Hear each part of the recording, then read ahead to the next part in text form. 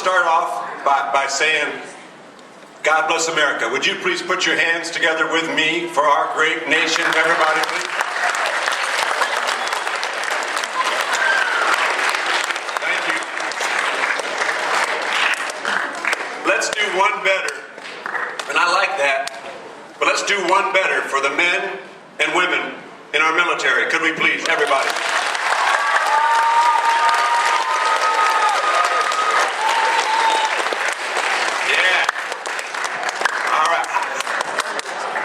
Just a little something for the guy that's getting you out of class for an hour. Could I have a little help?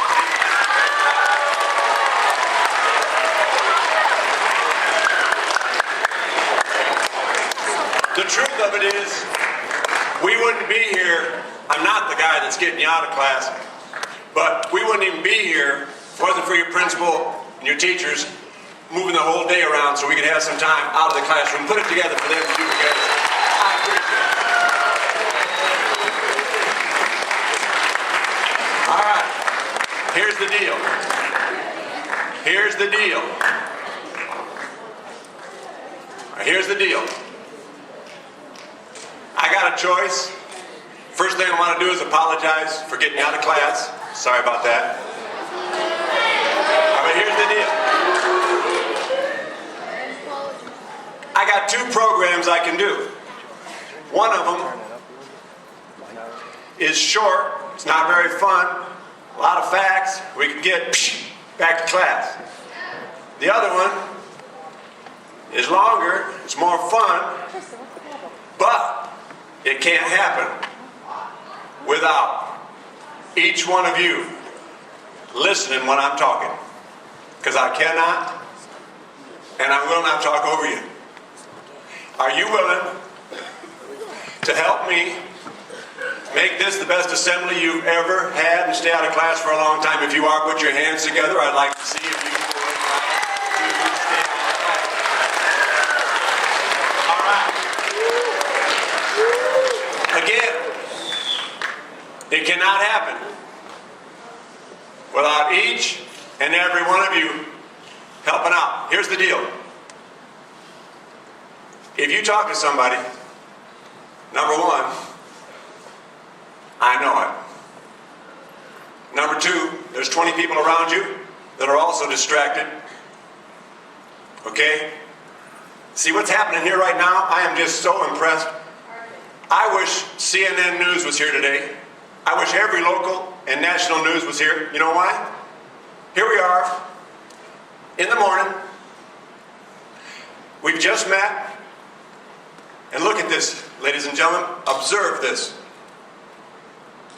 Not a sound. You know why? I haven't even earned your respect, but you're giving it to me. You know what that tells me? You can't give away what you don't have. So you've got respect, and you're respecting me. I wish every newspaper in the world and TV cameras were here to see what the Steel Valley Middle School kids are like. You are awesome. Put your hands together for yourself. I mean to tell you, you need to be proud of yourself. All right, it happened to me. She's always thinking positive.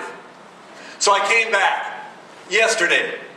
I must be pretty naive at 15 to think my mom was a truth teller. Well, she's not. Because I found out yesterday that nothing good's ever going to happen to me around here. I walked in yesterday. Mr. Tooman, my buddy who was telling the speech, was on the side.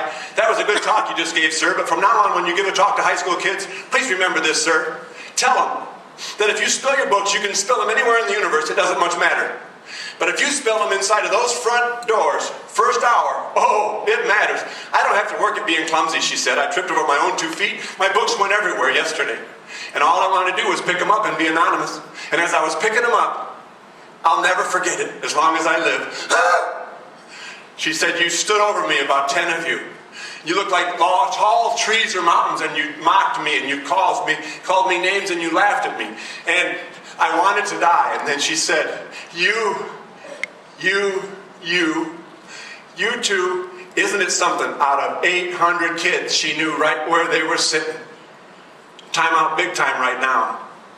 How many of you will raise your hand to signify that right now you remember a time, maybe it was last week, last year, 4th grade, sometime when you know the feeling of people mocking you, making fun of you, and nobody would help you or come to your aid. Just put your hand up and put it back down, please.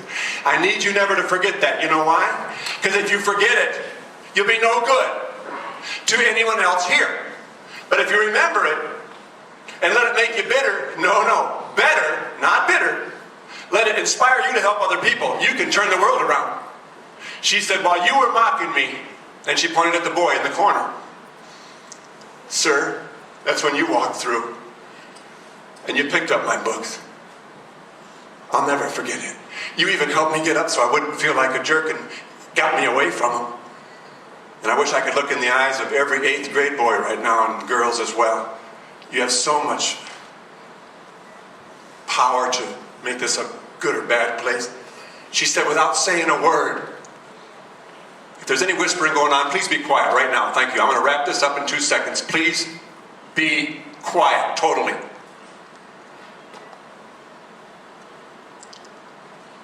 She said,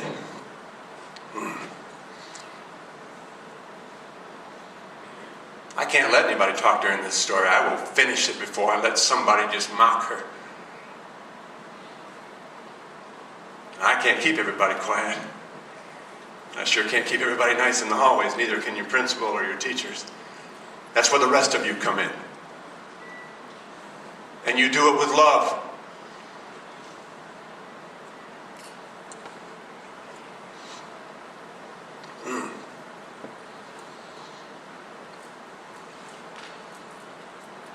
She said, without saying a word, you just looked at those kids, shook your head, and they turned and walked away. Then she said, I'll never forget what you said to me, sir. You said you were sorry that they made fun of me, that if you could trade places, you would. And if you saw me walking down the hall, you'd be glad to walk with me. You don't have to, sir. I wouldn't want to ruin your reputation. I'm back at school today because of you. I can last the rest of the year on what you did yesterday. I just wanted to say thank you. And then she went to put the mic in the mic stand.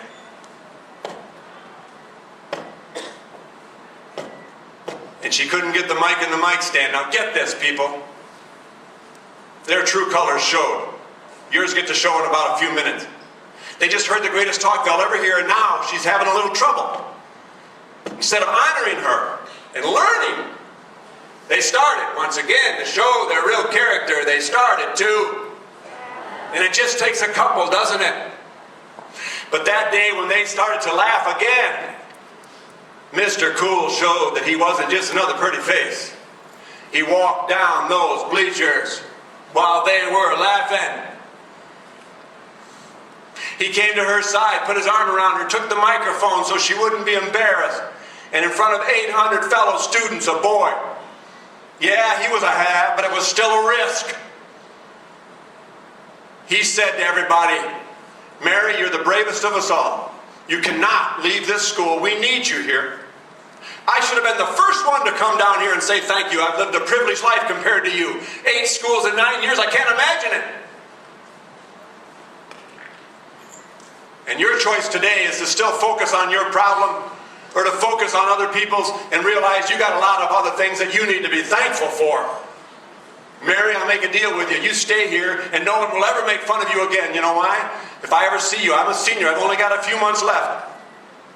If I see you in the hallway, it'll be my honor to walk with the most courageous person I've ever met. And if anybody makes fun of you, Mary, it'll be because they do it over me. And then single-handedly in front of 800 fellow students, he went like this.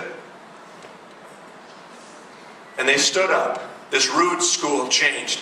They stood up and gave them an embarrassingly long 10-minute standing ovation. Then for 3 hours, get it, 3 hours they came down on the gym floor. They missed all the afternoon classes. They left when the buses came. For 3 hours they apologized. They laughed, they cried, they prayed, they sang. Kids were apologizing to teachers, blacks to whites, whites to blacks, jocks to non-jocks. If you were Gothic, it didn't matter who you were. That day a school changed. You know why? Because one girl said thank you and one boy came to her aid, even though she couldn't help his popularity. Put your hands together for what they did for their school. You need to do it for your school.